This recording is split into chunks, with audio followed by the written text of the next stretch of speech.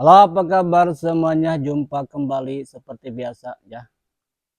Eh, Seperti biasa kita habis live streaming jualan dan sedikit kita akan menceritakan episode selanjutnya dari bab 1306 ya. Sekarang kita lanjut di bab 1337.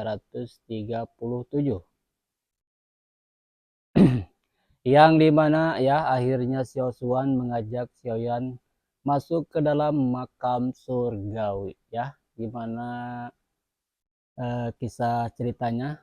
Jangan di skip, dan yang belum subscribe jangan lupa di subscribe dulu, oke. Jadi setelah pertarungan sengit kemarin di cerita ya, ini kan filmnya belum ada, ini pertempuran di cerita episode kemarin. Nah, akhirnya Xiaosuan dan yang lainnya menuju ke dalam makam surgawi untuk beberapa saat sebelum akhirnya berhenti. Pada saat ini sekelilingnya gelap gulita dan cahaya sekitarnya sangat redup. Berdiri di sini seperti berdiri di ruang hampa yang membuat orang merasa bingung dan panik. Nah, kata Xiaosuan, ini adalah bagian terdalam dari makam surgawi. Dan setelah itu Xiaosuan tersenyum tipis dan menunjuk ke sebuah prasasti batu kuno di depannya ya. Prasasti batu itu berdiri sendiri di tempat yang gelap, seolah-olah akan bertahan selamanya. Nah, dan menunjukkan kepada Xiaoyan, ini adalah makamku. Xiaoyan melihat ke arah yang ditunjuk Xiaosuan, menatap prasasti batu itu. Meskipun sudah bertahun-tahun berlalu, prasasti batu itu masih dipenuhi aura yang tidak terlukiskan. Auranya ini tidak kuat, tetapi membuat jiwa merasakan getaran yang tak tertahankan. Kalian berempat akan berlatih di luar. Energi di sini paling terkonsentrasi di makam surgawi ya. Tubuh energi lain tidak berani masuk ke sini, jadi tidak perlu khawatir untuk tentang keselamatan ya. Xiaosuan menatap Gu Qingyan dan 3 orang lainnya dan berkata dengan ringan. Ya, Xiaosuan menyuruh Gu Qingyan dan yang lainnya berlatih di luar prasasti tadi. Mendengar ini, Gu Qingyan dan lainnya saling memandang dan hanya bisa tersenyum pahit dan mengangguk di hadapan pria dulunya yang kuat ini. Yang perlu mereka lakukan hanyalah mematuhi sepenuhnya. Xiaoyan dan gadis dari klan kuno, ikutlah denganku, kata Xiaosuan. Setelah dengan santai menenangkan Gu Qingyan dan 3 orang lainnya, Xiaosuan mengalihkan pandangannya ke Xiaoyan dan Sun Er.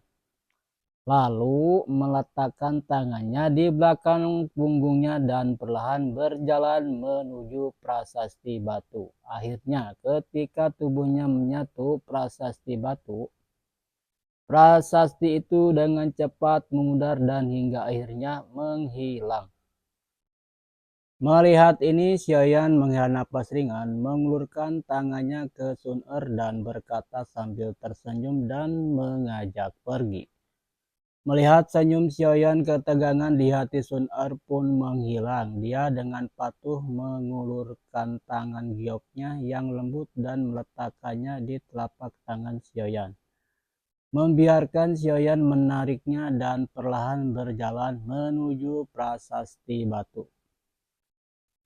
Di tengah aula di depan, Xiaosuan berdiri dengan kedua tangan di belakang punggungnya. Di depan ada kolam air sebening kristal dengan bunga teratai hijau yang mengepung di atasnya, memancarkan aroma samar. Lalu berkata ya, Xiaosuan bertanya tentang situasi klan Xiao terkini kepada Xiaoyan. Mendengar suara langkah kaki samar di belakangnya, Xiaosuan menghela napas dan berkata, Mendengar ini, Xiaoyan ragu sejenak dan akhirnya berkata dengan jujur, "Klan Xiao sudah tidak ada lagi. Yang ada hanyalah keluarga Xiao yang sedang merosot." Setelah selesai berbicara, dia menatap pikiran dan menceritakan secara rinci sebagai perubahan yang telah terjadi padanya dan keluarga Xiao selama bertahun-tahun. Jadi setelah Xiaoyan selesai berbicara kepada Xiaoxuan, Xiaoxuan mengangguk perlahan tanpa menunjukkan emosi lain di wajahnya. "Aku sudah menduga klan Xiao akan jatuh ke dalam keadaan seperti itu. Tetapi setidaknya masih ada sisa-sisa klan. Jadi kita baru mencapai titik putus asa." Seorang Xiaoxuan begitu lembut sehingga tampaknya memiliki kekuatan magis yang menenangkan Xiaoyan yang merasa sedikit sedih karena mengingat hal-hal ini. Xiaoxuan menatap Xiaoyan dan berkata sambil tersenyum, "Apakah leluhurnya masih hidup sekarang?" Xiaoyan ragu-ragu dan berkata, "Jika Xiaoxuan benar-benar dapat bertahan hidup dalam bentuk lain, maka klan Xiao pasti memiliki harapan untuk maju. Dengan kekuatan puncak seperti itu, bahkan klan jiwa mungkin harus berpikir dua kali untuk diri mereka sendiri." Xiaoxuan menatap Xiaoyan langsung setelah beberapa saat. Dia perlahan menggelengkan kepalanya dan berkata, "Apakah kau lihat sekarang? Apakah yang kau lihat sekarang hanyalah sisa-sisa jiwaku? Ketika aku meninggal, aku secara khusus meminta seseorang untuk mengirimku ke makam surgawi. Baru saat itulah aku dapat berubah menjadi wujudku saat ini dan menunggu kedatanganmu. Namun, ini hanya terbatas pada makam surgawi.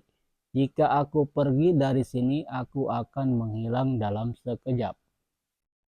Mendengar ini, mata Xiaoyan berkilat kecewa dan dia tersenyum pahit. "Keluarga Xiao saat ini terlalu lemah. Tanpa kekuatan garis keturunan kita, kita tidak akan mampu bersaing dengan ras kuno lainnya. Orang-orang sepertiku sudah menjadi pengecualian di antara yang lain."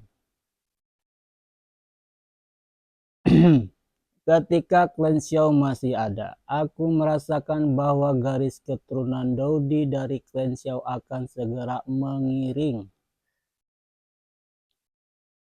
Ketika klan Xiao masih ada, aku merasakan bahwa garis keturunan Daudi dari klan Xiao akan segera mengering. Kau harus mengerti bahwa pada saat itu, jika kekuatan garis keturunan itu habis, klan Xiao mungkin akan segera dihancurkan oleh beberapa lawan yang hebat. Xiaoxuan mengangkat kepalanya dengan kenangan di matanya. Dan satu-satunya cara untuk mengisi kembali garis keturunan Daudi adalah dengan memunculkan seorang Daudi lagi. Tetapi ini terlalu sulit. Tetapi pada saat itu aku sombong dan tidak berpikir bahwa aku akan dihalangi oleh Daudi. Kemudian setelah berdiskusi dengan banyak tetua di klan, kami memutuskan untuk bertarung sampai mati. Kami menggunakan metode rahasia untuk mentransfer sebagian besar kekuatan darah seluruh klan saat itu ke tubuhku. Aku mengerti bahwa itulah harapan terakhir semua anggota klan. Xiaoxuan menarik napas dalam-dalam dan sedikit rasa sakit akhirnya muncul di wajahnya. Dia telah mengecewakan semua anggota klan Xiao. Pada akhirnya aku tetap gagal, setengah gagal menjadi Daudi. Aku diserang oleh klan jiwa meninggal karena luka parah. Mendengar Xiao Xuan mendesah menyalahkan diri sendiri, Xiaoyan tetap diam. Setelah beberapa saat dia berkata dengan lembut, Itu adalah jalan terakhir jika kita membiarkan garis keturunan mengering. Klan Xiao juga akan hancur. Klan Xiao tidak akan menyalahkanmu untuk ini. Namun, jika kekuatan garis keturunan telah habis, lalu mengapa aku memiliki tanda klan? Xiaoyan tiba-tiba menyentuh dahinya dan bertanya dengan bingung, karena lambang klan Xiao tidak diberikan oleh orang lain, melainkan diolah oleh mereka sendiri. Xiao Xuan tersenyum dan berkata, Aku bisa merasakan 3 transformasi misterius api surgawi di tubuhmu karena itu ciptaan. Aku bisa merasakan 3 transformasi misterius api surgawi di tubuhmu karena itu diciptakan olehku. Aku tidak menyangka kau akan mendapatkannya secara tidak sengaja. Aku ingat memberikannya ke lembah api terbakar. Kata takdir memang tidak bisa ditebak.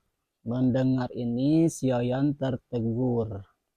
Setelah beberapa saat, dia tiba-tiba teringat nama yang dilihatnya ketika dia mewarisi 3 perubahan misterius api surgawi di lembah pembakaran. Ternyata Xiao Xuan yang disebutkan di sana adalah leluhur keluarga Xiao. Dunia ini benar-benar tidak dapat dipercaya.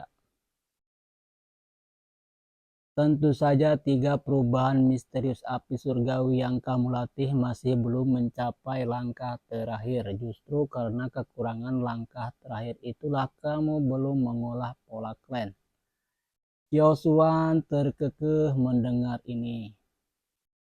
Hati Xiaoyan tiba-tiba melonjak karena kegembiraan dan menatap Xiao Xuan dengan penuh harap. Tersenyum, hahaha. Jangan khawatir, aku telah menunggu sendirian selama bertahun-tahun. Semua itu demi memberimu semua yang kumiliki. Langkah terakhir dari 3 transformasi mendalam Skyfire secara alami akan diberikan kepadamu. Melihat ekspresi Xiaoyan, Xiao Xuan menggelengkan kepalanya dan tersenyum. Namun bahkan jika seorang mengolah lambang klan tanpa dukungan kekuatan garis keturunan, akan sulit untuk benar-benar melepaskannya ke puncaknya. Gumam Xiaoyan. Karena disebut lambang klan, tentu saja itu pasti memiliki kekuatan darah sebagai sumbernya. Xiao Xuan pun mengangguk sedikit, menatap Xiaoyan yang tiba-tiba menjadi gelap dan tersenyum. Dia melangkah ke kolam air lalu berjalan ke kolam.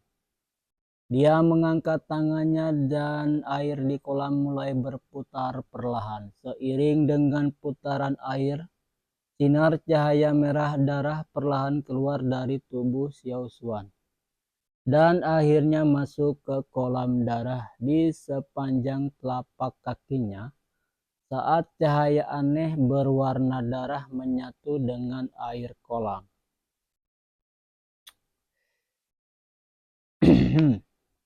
Air jernih itu perlahan berubah menjadi merah darah, tampak seperti kolam darah pada saat yang sama. Rambut hitam Xiao Xuan perlahan memucat dan wajahnya menjadi tua. Melihat pemandangan ini, raut wajah Xiaoyan berubah. Tepat saat dia hendak berbicara, Xiao Xuan di dalam kolam perlahan menggelengkan kepalanya dan tersenyum. Dulu aku berusaha sekuat tenaga untuk mempertahankan sebagai garis keturunan Kaisar Dou dan menyegelnya dengan berbagai cara. Semuanya demi menciptakan anggota klan dengan kekuatan garis keturunan. Sekarang aku hanyalah sisa jiwa dan hanya bisa melayang di makam surgawi ini. Aku tidak bisa lagi menyelesaikan tugas menghidupkan kembali klan Xiao. Namun, Tuhan tidak akan menghancurkan klan Xiao kita. Aku percaya bahwa kau akan melakukan yang lebih baik daripada aku. Melihat Xiao Xuan yang semakin tua tetapi matanya semakin lembut, hati Xiaoyan terasa sakit. Dia bisa merasakan betapa berat beban yang dipikul leluhur ini, yang pernah membuat seluruh klan Xiao kagum dengan bakatnya yang luar biasa. Kekuatan garis keturunan ini mengandung sebagian energi yang aku segel selama hidupku. Keturunanku berharap kalian dapat memenuhi janjiku kepada anggota klan Xiao. Dan seperti itulah ceritanya episode 337 ya. Bab 1337 ya, seperti itu. Episodenya 157 ini ya. Dan buat teman-teman yang suka dengan video ini boleh di subscribe dan juga boleh di komen-komen ya. Nanti kita lanjut di episode berikutnya besok.